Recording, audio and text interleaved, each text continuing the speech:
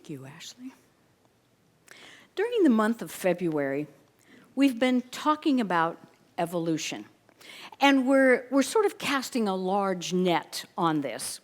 In that first Sunday, we talked about how we physiologically understand evolution, because we know scientifically that at one point in time there was an egg and a sperm that looked nothing like each other, that came together in a holy and sacred moment, and a new life was born. And now here we are in physical form that looks nothing like the initial impulse of creation. And so we understand at sort of an intuitive level that evolution is what we were made of. It's how we were formed and how we continue to grow.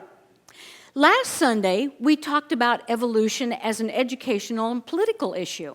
Now, it was interesting to me to note we participated in what is known as Evolution Sunday. It is something that happens here only in the United States. And it only happens in the United States because only in the United States is there a question about evolution. England is not questioning it. Neither is India, Japan, no place else in the world. Evolution is sound science. But here in the United States, we have sort of wrapped that science into morphing into something, and so we struggle with it. So as we talked about last Sunday, it's important for us to understand what we teach and believe in unity about science, about religion, about our religious beliefs, so that we can understand some of this argument about evolution and why we do not support creationism, but we do support sound science in evolution. Well, today we're going to cast the net just a little bit farther. We're going to talk about it as a perspective from which we live. And perhaps, I was thinking about this in the last couple days. I thought maybe evolution, it kind of gets muddied like a lot of words do into just the science. But I'm talking about something much larger now. So I thought maybe a better definition would be the principle of one. Evolution is the principle of one. And here's what I mean by that. Whether we look at science or we look at religion, there is both statements say that at some moment in time there was nothing, or there was simply energy, or there was the form and the void and the formless, as we see in the book of Genesis. And at some moment something shifted, something moved, energy changed. Science would call it the Big Bang Theory. Religion would call it, God said, let there be. Something shifted, something moved. And here's the essential part. From the one came the many. From the one came the many. The important point here is that the one still infuses the many. That sometimes is difficult for us to grasp because we say, well, look at the world and the condition. But we have to get back to the basic principle. The principle is, from the one is the many. And it's the reverse true. From the many is the one. Now, let's use this in kind of an example that some of you may be familiar with. Isn't it interesting? I'm always fascinated by this stuff. And I know some of you have done this to do ancestry DNA. And you are sure you're Italian. And you send out that little sample and they come back and they say, no, you're a Swede. No, I'm not a Swede. I'm an Italian. I've always been an Italian. And he said, no, according to your DNA testing, there's Swedish in your background. I find that so fascinating because what is being said here is that at the DNA level, at the kind of energetic life level of who and what we are, we have carried the one to the many. We are carrying the one, that one vibration, into the many permutations of my family. And even though we may have lost an understanding or a touch with the stories of our ancestors that are different, we still, at a cellular level, know that we are connected. Whether we ever know our parents, whether we ever like our parents, we are always forever connected through that DNA connection to the one. Always to the one. Now, not only do we physiologically know this principle of oneness that I'm calling it, we know it emotionally too. So we say things like, this is my church. I belong to the YMCA. I've been to, these are my friends. We have this knowing of oneness at an emotional level. There's something about that identification with other people, whether it be our family, whether it be our friends, whether it be an organization, that we have this emotional connection to. And when we connect with it, we say, it's like home, right? I find peace. Let's say, for example, you're just having a really bad time. You decide, I always feel better when I go out into the wilderness. So I go over to Turkey Mountain and I take a hike.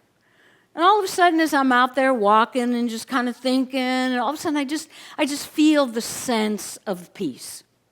Get down by the river and I watch the Arkansas flow by, and I can see the cars on 71st Street Bridge, and all of a sudden everything's right with my world. Where does that come from?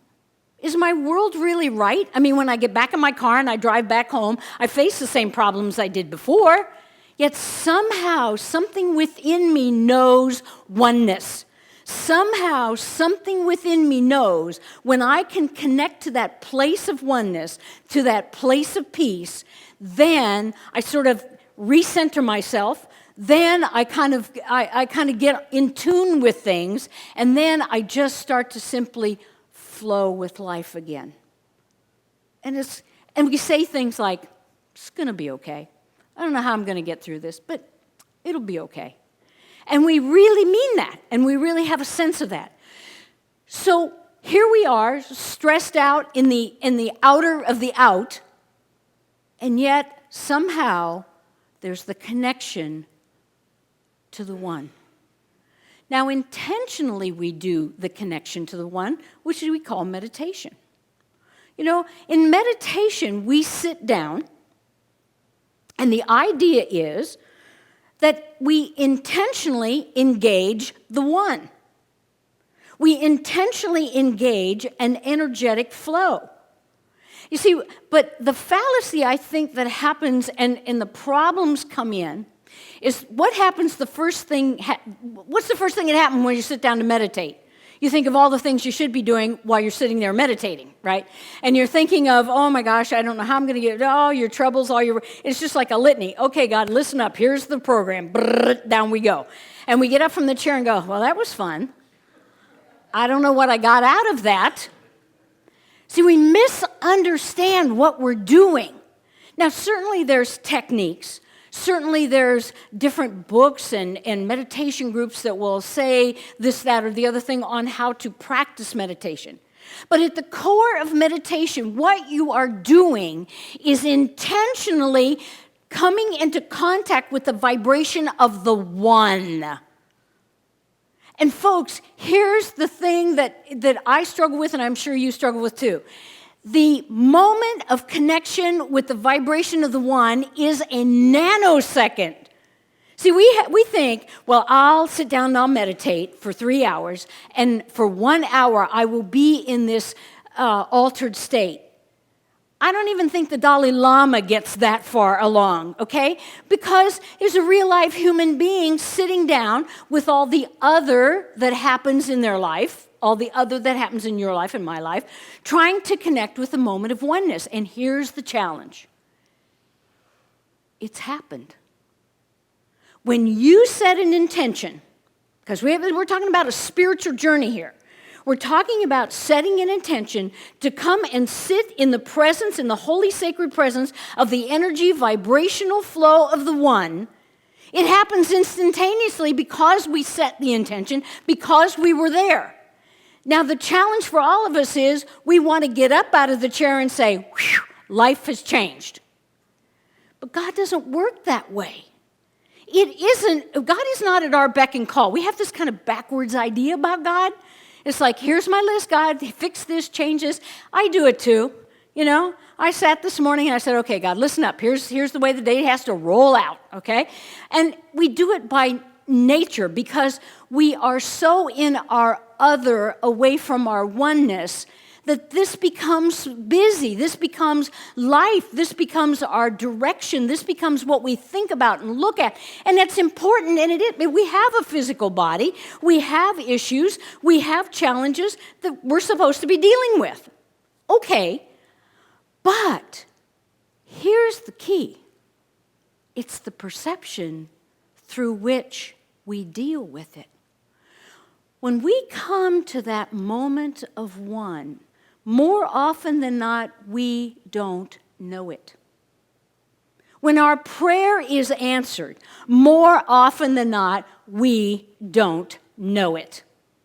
In the moment, in the nanosecond when it happens, Scripture tells us that God already knows your needs even before you ask.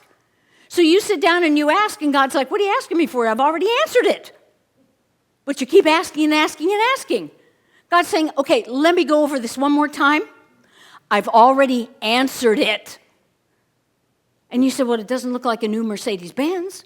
It doesn't look like a new job. It doesn't look like a new relationship. What it looks like is a changed life. That's all it can look like.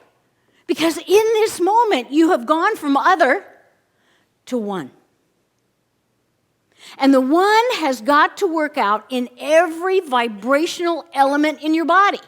Just like your DNA, it has to work out in every single element of your body. That's evolution. It moves from the one to the other, to the many. And how we have to be, it's a whole mindset, it's a whole perception of change that we must go through and grow through. It will take our entire life and maybe lifetimes of lifetimes to really change. Because maybe in the moment I got it, maybe in this particular situation I got it, but an hour from now I've forgotten it. That's why we want to develop the practice of spending the moment and saying, right here, right now, I'm one. I don't have to have fancy meditation techniques. Remember I said a couple weeks ago, I'm starting to ask myself the question, how am I holy now? How am I holy now? Not tomorrow, not after I get sainthood, but how am I holy now? Because that's all I've got. That's all you have, is this precious, sacred moment of now. And so to become aware that at every moment, when we intentionally set our other vibration to be with the one answers immediately, and our life exponentially begins to change.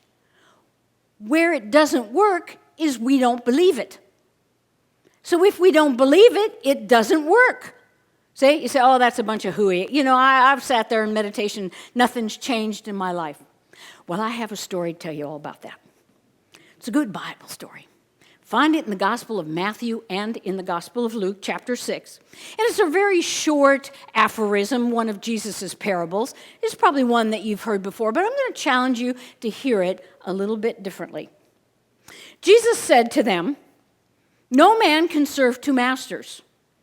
You either love one and you hate the other. You cannot serve God and mammon.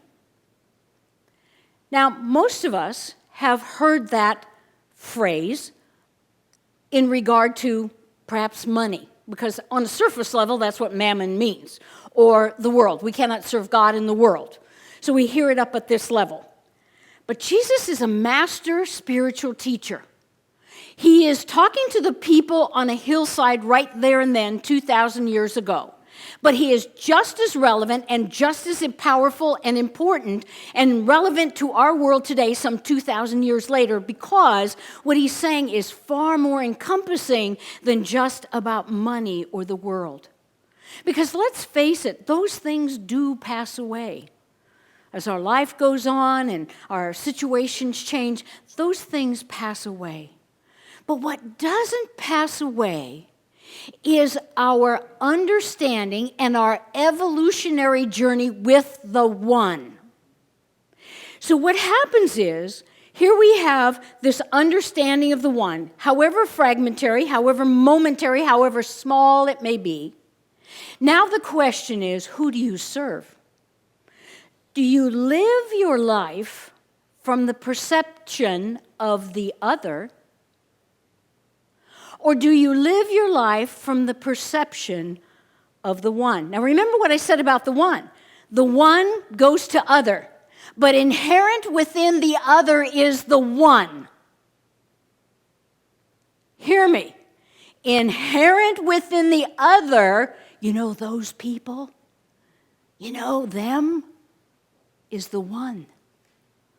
Do you live your life from the perception that we are one vibration, one love, one life, regardless? Now, this is where it gets a little tricky. I realize that, because you say, well, look at, the behavior and look at the things that they've done. I get that. I understand that. That's other. But what I'm saying is, can you look at someone, can you look at a situation and say, somewhere in the back of this is the one vibration that began it all, and the one vibration is life and is love. Einstein says to us, we cannot change a problem from the level of the thinking that created the problem. You and I cannot change the fear of the world from fear. You and I cannot change abuse in the world from the level of abuse.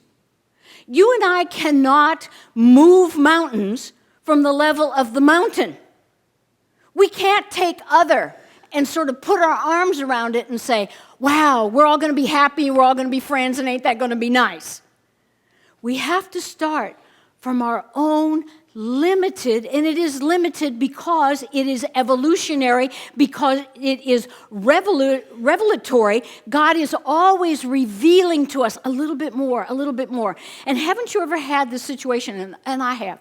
You have a situation where you think, oh, I don't know if I can deal with it. I just don't know if I can deal with these people. I don't know if I can deal with this stuff. And then that moment comes where you go, but that's a hurting person.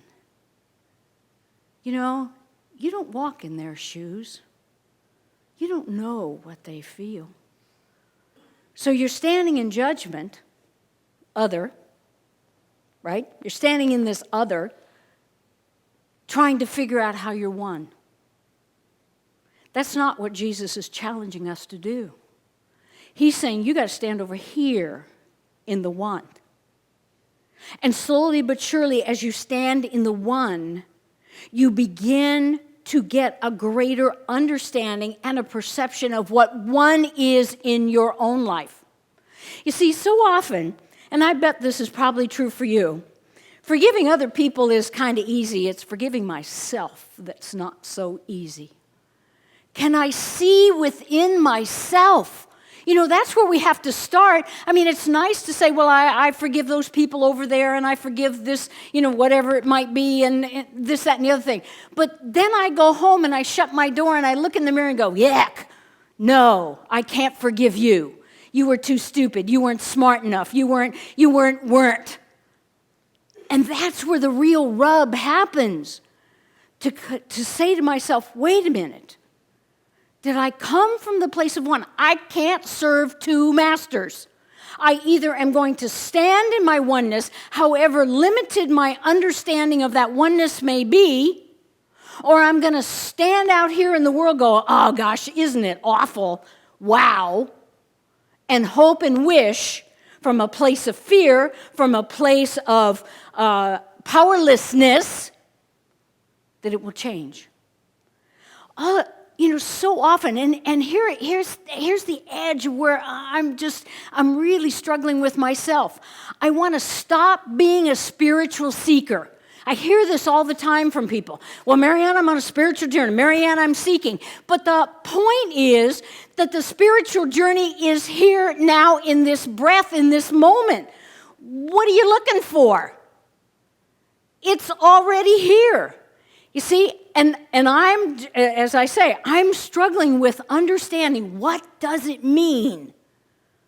What does it mean to stand right here, right now in my oneness, recognizing that I know so little about what oneness really means, that I really don't understand what it means to love without any sort of exception.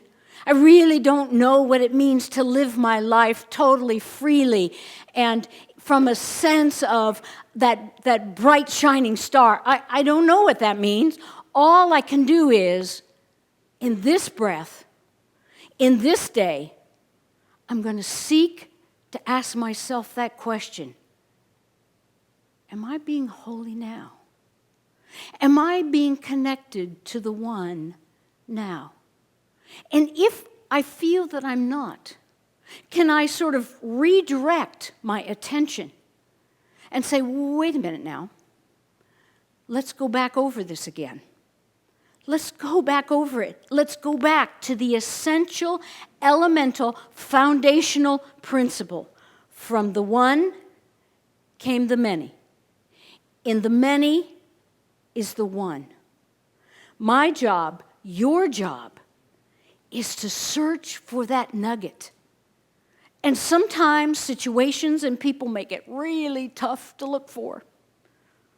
I'm not letting people off the hook for behavior. See, sometimes I think we think in unity, well, here's what we do. We go into our pink bubble, and then we just say, hey, everything is so fine. I just do a couple of affirmations, and everything goes away.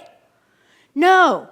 What I'm saying is we're going to engage the world, but the way we engage that world is from serving one master, not two. The way we engage that world is serving a oneness, a unity, a union with all of life. Whether it be plant life, animal life, human life, it does not matter. From the one came the many, and in the many is the one. I think Jesus' challenge is, it's easy to talk about money. Really, it is. Because it's just money, it is or it isn't. But when you start talking about your perception on people and life and events and circumstances, that's a lot harder. It's a lot harder to change because we've all grown up with a certain perception on things. We've all grown up with a certain perception on life, and we don't even know that we've grown up with that perception until that perception runs into evidence that is contrary. Until all of a sudden, I meet someone who I would have said, I don't like that person. I'm afraid of that person. They're not very nice. And I say, gee, I didn't really know you were such a nice person. Gee, now that I understand your story, I can hear where you're coming from. And maybe I don't live your life. But what I do know is I live life. And because I live life from one, I live through that love. And that love then becomes the lens through which I see life. So I challenge you this week to listen a little more closely to the times when you're out here in the other. Probably it'll already happen by the time you get to the fellowship hall if you listen really closely. Because it does for me. And say to yourself, wait a minute, how is it that I'm coming from the one? And if I'm not coming from the one, which is the heart and core of life and love, then how can I stand in this moment? That moment is gone. How can I stand in this moment and serve only one master? How can I serve the greater love, the greater life? And from that level, then we trust and intuitively know that all things must follow and evolve because they came from the one to the many, from the many to the one. The vibrational flow continues, and you and I are an essential part of that flow. Thank you, and God bless.